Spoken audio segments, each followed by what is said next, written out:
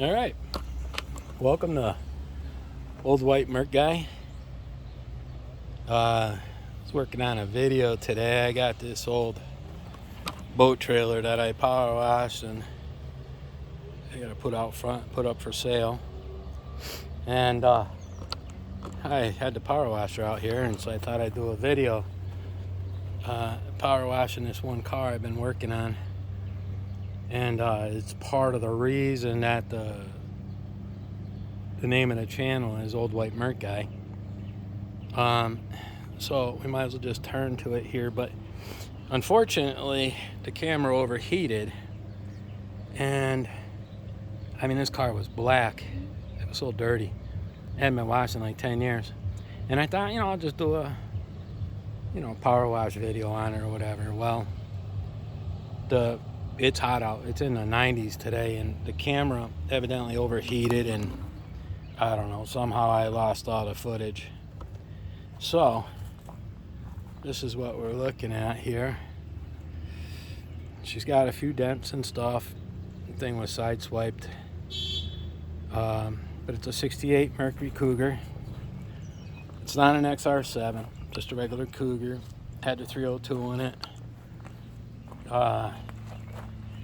With the hidden headlights, which I can't show you too much because we got this old Bronco that we got to pull apart. But rust-wise, it's not real bad. This is damaged here. I gotta find one of those.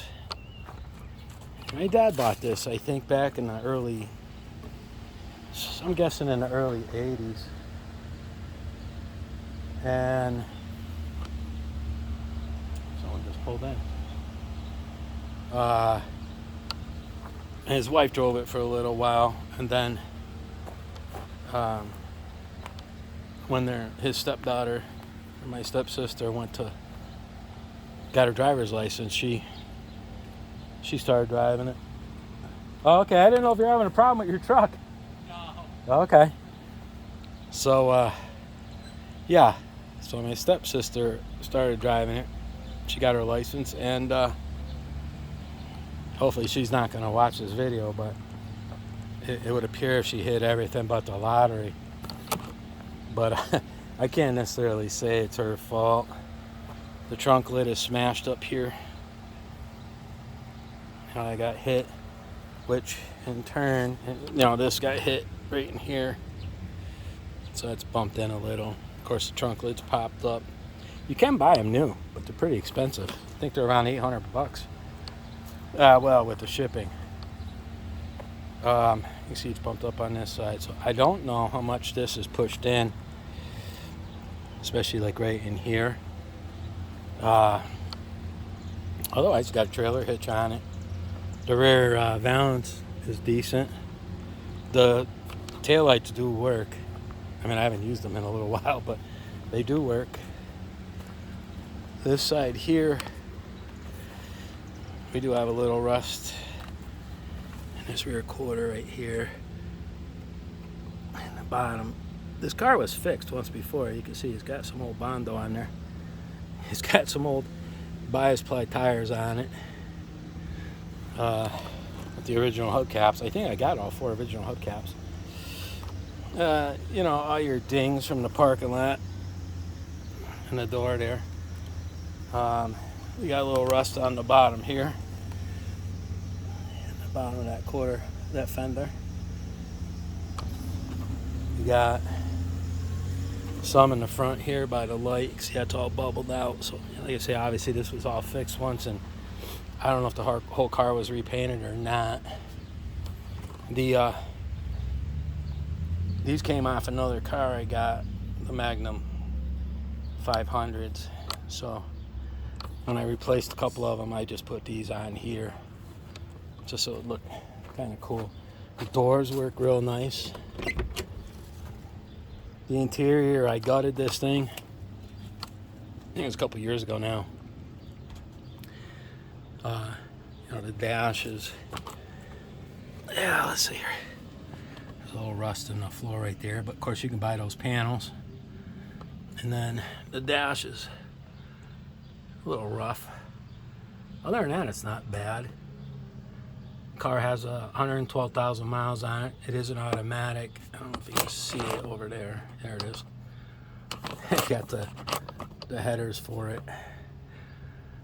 The headliner is down. It's been gone for a while. Top of the back seat's not very good. This seat is torn. The other seat, as I recall, that one's not bad. I think that one's okay. But as far as the dash goes, other than the dash pad, but the rest of it is not bad. The door panel isn't bad. Even the armrest is still good. I just noticed this is missing for the rolling down the window. Let's see. The doors, they still shut. You know, the underneath is actually pretty good, guys. The subframe and everything's pretty decent on it. I wish that video didn't get deleted or ruined or whatever, because when I say this thing was black, it was nasty. I mean, you can see in the glass here. Well, I don't know if it'll show up, but I didn't worry too much about the glass because I'm gonna hit it with glass cleaner, but it was pretty bad. This side, I mean, oh no, there's some rips in this seat too. There's a lot of stuff stored in here, flywheel and stuff. The original 302 is not going to go back in here. But as a matter of fact, I'm going to pick up the block tomorrow. The block, the seat side's decent, the door panel's good and stuff. Got the little flip up, you know, to unlock or to open the door. But as bad as this thing got hit, I mean, it still shuts real nice. So anyway, and actually, in defense of my stepsister, I think when this happened, a guy hit her. I think he hit the front first. I think he caught this first, bounced off, and then came back in, and then, you know, and then did this damage. The damage on the back for the trunk, I'm not sure exactly what happened with that, but I know the transmission had gone in this car, and she got a hold of my dad, and he drove out in his truck, and I'm gonna guess he pulled up behind her, and she probably walked up, and they were talking, and she probably told him what was going on, whatever, and he probably went to get out of the truck and forgot he had it in gear, because the bumper didn't get really hurt or anything, but all the damage is way up here. And that truck he had at the time was a 4-wheel drive. So I'm kind of thinking that's what happened. I got to finish peeling this off. There was only one little rip in the middle when I grabbed this out of his garage. And by the time we towed it up here, this car was in Jersey, and by the time we towed it up here, half the vinyl was missing. But this sat in his garage for 23 years. It's been here probably 10. And then we fired it up down at his house, put a fuel pump in it, got it running. Didn't have any brakes, got it on the trailer, and then towed it up here. And I went to fire it up. I think it was the second or third time to let it warm up, and I was going to drain the oil. And a couple of the valves got stuck, and it bent like 4 of the valves. So I pulled the motor out at first thinking I was going to rebuild it, but instead I did this swap before years ago. Instead, this came out of another car I got. Now this motor needs to be rebuilt too, but it's a 351 Cleveland. This one happens to be a 72. It's a 2-barrel. I did have a 4-barrel on it, but I just actually took it off maybe not even a week ago, because I'm going to be getting the motor to the block tomorrow. It's been line bored and decked. It's sturdy over, and let's see, the deck I think roughly comes out to 31 thousandths. And so he took 18 thousandths off the deck, which is fine by me. I think I'm gonna have the heads playing down too. I'm not sure how much just yet, but we'll figure that out. So when I pulled this out of my other car, because we put a big block in that one, eventually I'll show you that, guys, if it's something I think people enjoy it. It's a pretty cool car. I don't really want to say what it is just yet, but at any rate, I did find a radiator for this. These are the old 302s. The outlet for the water pump would be on the passenger side, and if you look down at the radiator, you'll see that's where it is. But just about, what was it, Mother's Day, I did a bunch of driving around.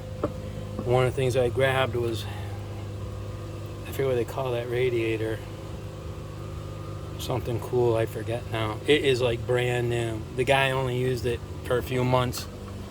He wanted to put something bigger in his car, so it replaces this factory one.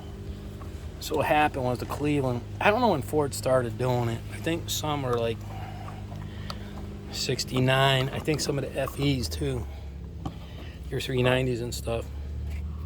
The outlet was on this side, but definitely on like 70 up, I know. I'm pretty sure all of them are like that. So this radiator I found will have the hose bill will come right off the water pump, and then on this side, the driver's side of the radiator. And that was $100. I paid $100 for that. It's one of them aluminum radiators. So I still got to order a flywheel for it. The flywheel, I'm going to use this tranny. It was rebuilt, and a lot of these old Cougars and Mustangs and stuff, they had a small bell housing on them with the 302s. So it was a 157 tooth, I believe, which you can get for the Cleveland. The motor that the Cleveland that I had picked up for this come out of a 73 Mustang. I was really hoping it was going to have the smaller flywheel on it, but it did not. So I'll put the 157 on it. I got to bring the crank. I still got to get the pistons. And then I'll bring those up to the machine shop and have him balance the crank with the flywheel. I got a new harmonic coming. And then I'll bring the pistons and rods up and stuff. So anywho, I did this before. The one I did was out of a 70. It come out of a 70 Torino, but the motor was in a 74 Montego. And actually, I should put this over here. This is back in the 80s. This was probably like 86, 87. Let me see if I can set this here. And the Mustang had a smashed-in driver's door. So I got one for that. I got a door for it for like $50 out of the junkyard. All right, that should be all right. And then so I paid $75 for the car, $75 for the door. The Montego, I paid $50 for that. It was running on 7 cylinders. And I drove the thing home. I was living out here in this town at the time. And they say it was skipping and stuff. So it was dark when I got home. And I pulled the air cleaner off and I thought, oh, this thing's a 4-barrel. And then on the Cleveland heads, as a lot of you guys probably know, on the end of the head it'll say 2 or 4. And it had the 4-barrel heads on it. And come to find out, it was a 70, so they were a closed chamber. So, you know, it was like a 300 horse motor when you look it up in the old motors manuals or whatever. And so I dropped it into the Mustang. And it was a bad plug wire or plug or something. So I got it running on 8 cylinders. I put a radiator, that was the biggest money I spent. I bought a radiator for like a 70 Maverick with a 302. It was like $100. Bolted that in there. And you know, I had the thing running. So it was a cheap car, and that thing was ballsy as heck. But, and like everything else, you end up selling it. But anyway, so it's going to be nice to put something together and, you know, just something to play with, something to have some fun with my younger son. Theoretically, this is his car. As a matter of fact, what was I going to show you? Well, I know what I wanted to show you. Let's see if we can get it in the video here. Right there. See, there's the two. Now, see this dot here? There seems to be a lot of confusion about that dot. And I'll say don't quote me on it. But they had the 70 and 71 were closed chamber. The 4-barrel heads were. And the 72 and 3 were open chamber. So this dot, now in Australia, they only made this motor from like 70 to 74, so we'll say 5 years. But in Australia, they didn't have an emission issue. So like we had, that came about in 72, which just killed this motor, unfortunately, which this motor was really built for NASCAR. They were dropping the cubic inch limit and all that. So for the Ford guys, this is what they ran for quite some time.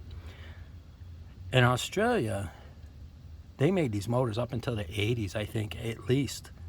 I don't think it went in the 90s, but I think it was into the 80s. And also over there, and there's a set I've been watching, but I'm not going to spend the money on it. But the Aussie heads or Australian heads, whatever you want to call them, and these 2-barrel heads, and this in the United States was only made in open chamber, but in Australia they had them in closed chamber. I assume they offered both. And I've had them on a motor before, actually went back when I was racing, and you had, you know, rules you had to go by. So I'll tell you, they made a ton of horsepower. But to get back to this dot here, okay, if this was the 4-barrel head, and say it was 1970, that dot would be smaller. If you were to put a 70 4-barrel head next to a 73 4-barrel head, you'd see that the dot is smaller on the 70 and 71 head, indicating that it's a closed chamber head. The bigger the dot, if it's got the bigger dot, like this one here does, it's an open chamber head.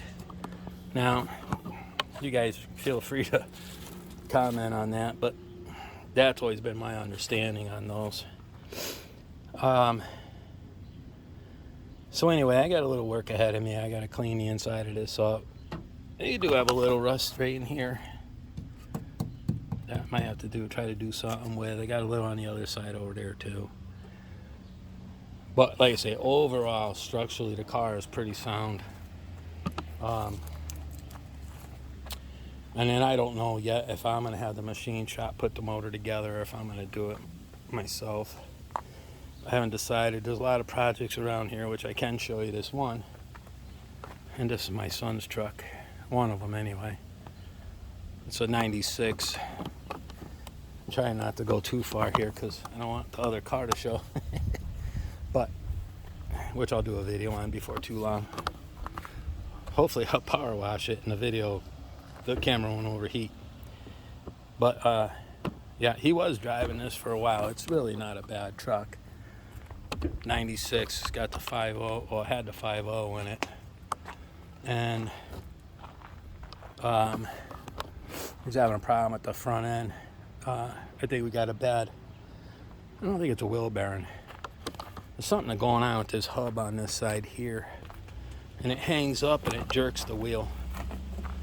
But anyway, we have, let's see, how can we do this? I'll bring you over here. We've got the motor for it is right here in the plastic. So I gotta get back to work on this. This is a stroker. It'd be a 347, but board 40 over, so it comes out to 349. So this will be one of the projects I got to work on. There's some interesting stuff that I could probably let you know about on that when we go to put the motor in here. But like I say, it's a nice truck. I used to have a couple of these. I had a 93. I had a 79. I wish I had that 79 today. But anyways, I'll end the video here. I apologize for not being able to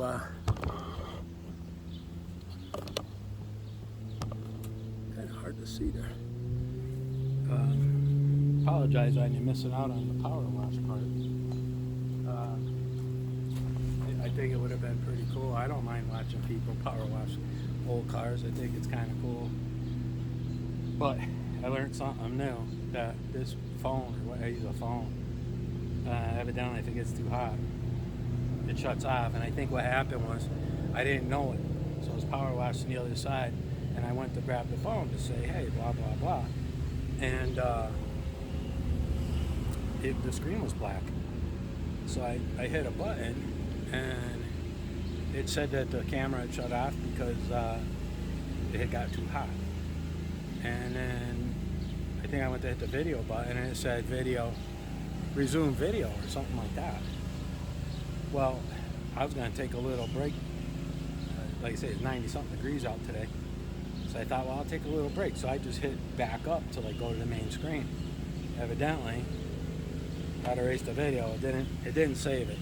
So I thought maybe I trashed it by accident, but my younger son was helping me, and it's not in the trash thing. It wasn't saved, so it wasn't available. Anyways, I hope you guys liked the video. Like I said, I got a couple other vehicles around. I got this one to put the motor in. This one I got to put the motor in. Get some of this stuff running, and then back on the road or whatever. So I figured, hey, you know, white Mercuries and white Mercury outboards. What more you can ask for, you know? So, again, anyway, I wanted to show this so it explained, kind of helps explain why it's called white Mercury. But, alright guys, have a good one. Hope you enjoyed the video, and we'll see you on the next one. Take care.